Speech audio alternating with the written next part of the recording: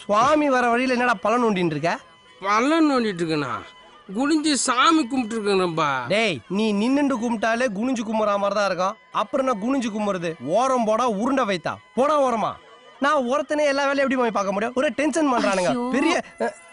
மாமி ஒரு நிமிஷம். டேய் இங்கடா. என்னடா லுக்கு? எந்த ஏரியா நீ? உன் பேர் என்ன? நெப்போலியன். நீ குடிச்ச சரகு பேரை கேட்கலடா, உன் பேர் என்னன்னு கேட்டேன். என் பேர் தான்டா நெப்போலியன்.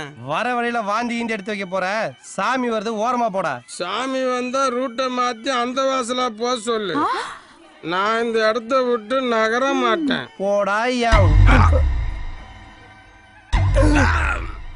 டைட் பண்றியா மாமி?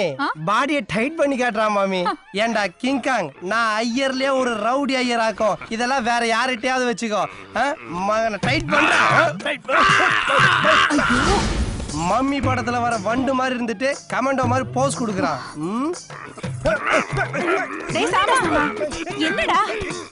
ஒரிஜினல் கேரக்டர் காமிச்சிட வேண்டியதுதான். இதுக்கப்புறம் தான் அவனுக்கு நான் யாருன்னு தெரியும். வாங்க மாமி, வந்து கொஞ்சம் ஹெல்ப் பண்ணுங்க.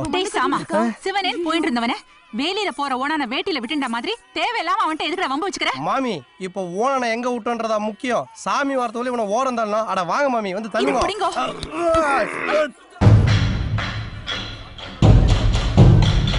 ஓரம் வந்துருங்க மாமி, அவனை மிதிச்சிட்டு போயிட்டோம்.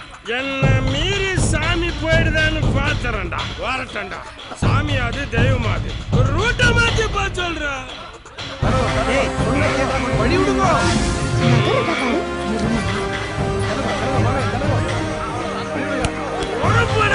வழி விடுங்க.